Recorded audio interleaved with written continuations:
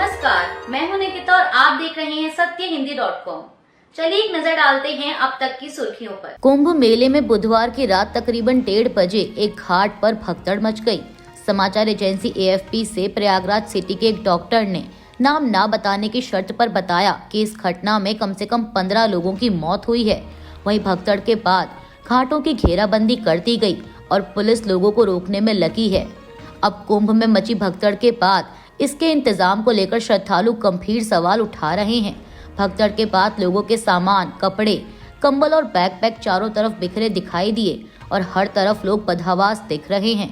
हालांकि भगदड़ में कितने लोग घायल हुए या मारे गए, इसे लेकर अभी तक कोई आधिकारिक सूचना नहीं दी गई।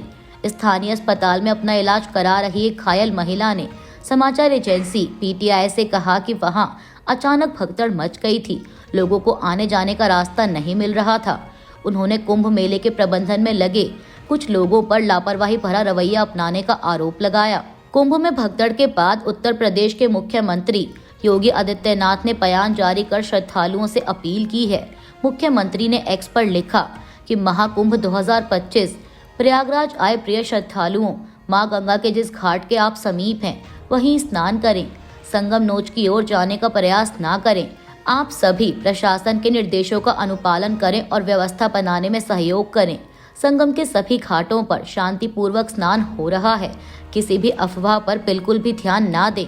महाकुंभ भगदड़ की घटना के बाद प्रधानमंत्री मोदी ने उत्तर प्रदेश के मुख्यमंत्री योगी आदित्यनाथ से बात की और तत्काल सहायता उपाय करने का आह्वान किया। समाचार एजेंसी PTI के मुताबिक प्रधानमंत्री लगातार कुंभ में स्थिति की निगरानी कर रहे हैं और राज्य सरकार के साथ लगातार संपर्क में हैं। आधिकारिक सूत्रों ने बताया कि उन्होंने अब तक 3 बार मुख्यमंत्री से बात की है और स्थिति को सामान्य बनाने तथा राहत के लिए निर्देश दिए हैं। एक अधिकारी ने बताया कि प्रधानमंत्री मोदी ने कुंभ मेले में स्थिति के बारे में योगी जी से बात की, घटनाक्रम की समीक्षा की और तत्काल सहायता उपाय करने का आह्वान किया। मीडिया रिपोर्ट्स के मुताबिक अधिकारियों ने बताया कि चल रहे महाकुंभ के दौरान बुधवार को संगम पर भगदड़ जैसी स्थिति पैदा हो गई, क्योंकि मौनी अमावस्या पर बड़ी संख्या में तीर्थयात्री पवित्र स्नान के लिए उमड़ पड़े। ऐसे में घटना के मद्देनजर अखाड़ों ने मौनी अमावस्या के लिए अपने पारंपरिक अमृत स्नान को रद्द कर दिया है। अखिल भारतीय अखाड़ा परिषद के अध्यक्ष रविंद्र पुरी ने भी इस घटना पर दुख जताया और कहा कि जनता के हित को ध्यान में रखते हुए अखाड़ों ने आज स्नान न करने का फैसला किया है। उन्होंने कहा कि लोग स्नान के लिए श्रद्धालु संगम पर पहुंचने की कोशिश ना करें। जो श्रद्धालु जिस घाट में है वहीं स्नान करें। महाकुंभ में बुधवार रात मची भगदड़ पर समाजवादी पार्टी प्रमुख अखिलेश यादव ने सवाल उठाए हैं। अखिलेश ने योगी सरकार को घेरते हुए 5 अपील की। उन्होंने X पर लिखा कि महाकुंभ में अव्यवस्थाजन्य हादसे में श्रद्धालुओं के हताहत होने का समाचार बेहद दुखद है। श्रद्धांजलि। हमारी सरकार से अपील है कि गंभीर रूप से घायलों को एयर एम्बुलेंस की मदद से निकटतम सर्वश्रेष्ठ हॉस्पिटलों तक पहुंचाकर तुरंत चिकित्सा व्यवस्था की जाए। मृतकों के शवों को चिन्हित करके उनके परिजनों को सौंपने और उन्हें उनके निवास स्थान तक भेजने का प्रबंध किया जाए। जो लोग बिछड़ गए हैं उन्हें मिलाने के लिए त्वरित प्रयास किए जाएं। हेलीकॉप्टर का सदुपयोग करते हुए निगरानी बढ़ाई जाए। सतयुग से चली आ रही शाही स्नान की अखंड अमृत परंपरा को निरंतर रखते हुए राहत कार्यों के समानांतर सुरक्षित प्रबंधन के बीच मौनी अमावस्या के शाही स्नान को संपन्न कराने की व्यवस्था की जाए। अखिलेश ने कहा कि श्रद्धालुओं से भी हमारी अपील है कि वो इस कठिन समय में संयम और धैर्य से काम लें और शांतिपूर्वक अपनी तीर्थ यात्रा संपन्न करें। सरकार आज की घटना से सबक लेते हुए श्रद्धालुओं के रुकने, ठहरने, भोजन पानी व अन्य सुविधाओं के लिए अतिरिक्त प्रबंध करे। हादसे में आहत हुए सभी लोगों के शीघ्र स्वास्थ्य लाभ की कामना करता हूं। लोकसभा में नेता प्रतिपक्ष राहुल गांधी ने भी कुंभ भगदड़ को लेकर प्रशासन की व्यवस्था पर सवाल उठाए हैं। उन्होंने X पर लिखा कि प्रयागराज महाकुंभ में भगदड़ के कारण कई लोगों के मौत और कईयों के घायल होने की खबर अत्यंत दुखद है। शोकाकुल परिवारों के प्रति अपनी गहरी संवेदनाएं व्यक्त करता हूं और घायलों के शीघ्र स्वस्थ होने की आशा करता हूं। राहुल गांधी ने कहा कि इस दुखद घटना के लिए कुप्रबंधन, बद इंतजामी और आम श्रद्धालुओं की जगह VIP मूवमेंट पर प्रशासन का विशेष ध्यान होना जिम्मेदार है। अभी महाकुंभ का काफी समय बचा हुआ है। कई और महास्नान होने हैं। आज जैसी दुखद घटना आगे ना हो, इसके लिए सरकार को व्यवस्था में सुधार करना चाहिए। कांग्रेस नेता ने कहा कि पीआईपी कल्चर पर लगाम लगनी चाहिए और सरकार को आम श्रद्धालुओं की जरूरतों की पूर्ति के लिए बेहतर इंतजाम करने चाहिए। कांग्रेस कार्यकर्ताओं और नेताओं से अनुरोध करता हूं कि पीड़ित परिवारों की मदद करें। कुंभ में मची भगदड़ को लेकर विपक्ष लगातार राज्य की योगी सरकार पर सवाल उठा रहा है। इसी कड़ी में नगीना से सांसद और आजाद समाज पार्टी कांशीराम के नेता चंद्रशेखर आजाद ने सरकार का इस्तीफा मांगा है। उन्होंने कहा है कि अब सरकार को सत्ता में रहने का अधिकार नहीं है। चंद्रशेखर आजाद ने एक्स पर लिखा कि मैंने सोचा था कि मुख्यमंत्री योगी आदित्यनाथ जी जो लंबे समय तक धार्मिक कार्यों से जुड़े रहे, कम से कम धार्मिक आयोजनों को सुव्यवस्थित ढंग से संपन्न करवा पाएंगे, लेकिन यहाँ भी निराशा ही हाथ लगी। योगी सरकार ने तीर्थयात्रियों की सुरक्षा और सुविधा को पूरी तरह नजरअंदाज कर दिया, जिससे यह भीषण त्रासदी हुई। प्रयागराज कुंभ मेले में भगदड़ से 17 तीर्थयात्रियों की मौत और सैकड़ों के घायल होने की खबर दर्दनाक और क्रोधित करने वाली है।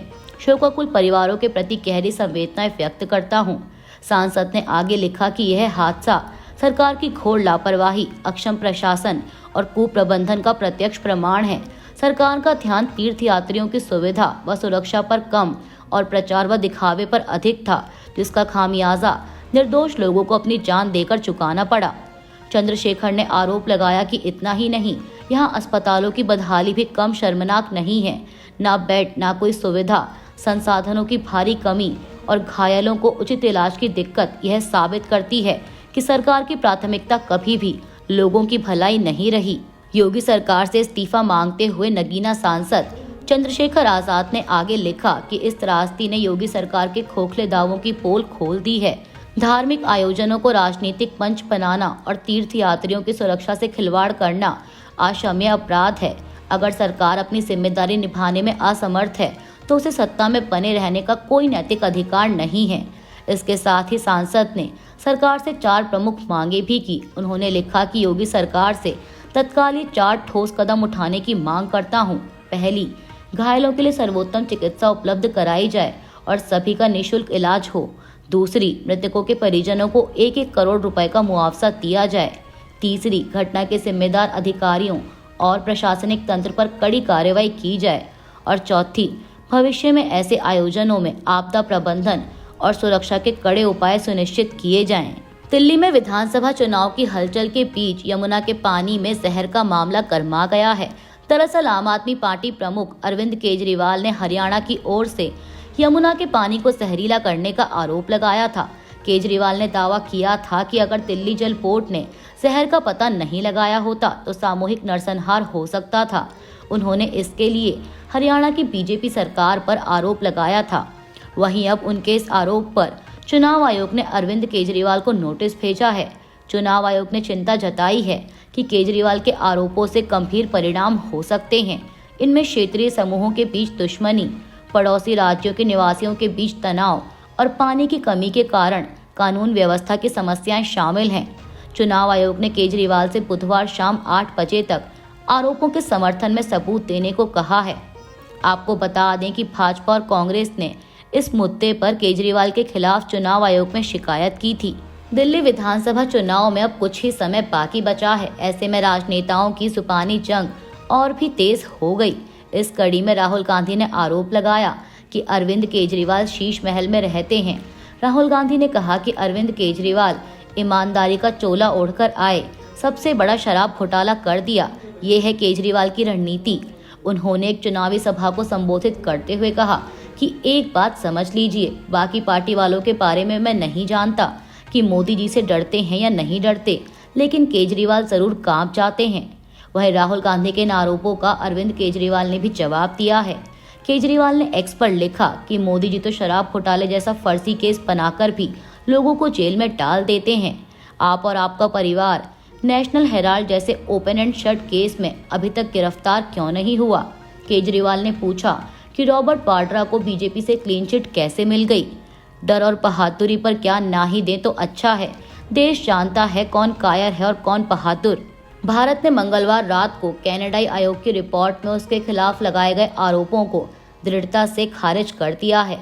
इस रिपोर्ट में उन आरोपों की जांच की गई थी कि कुछ विदेशी सरकारें कनाडा के चुनाव में हस्तक्षेप कर रही हैं।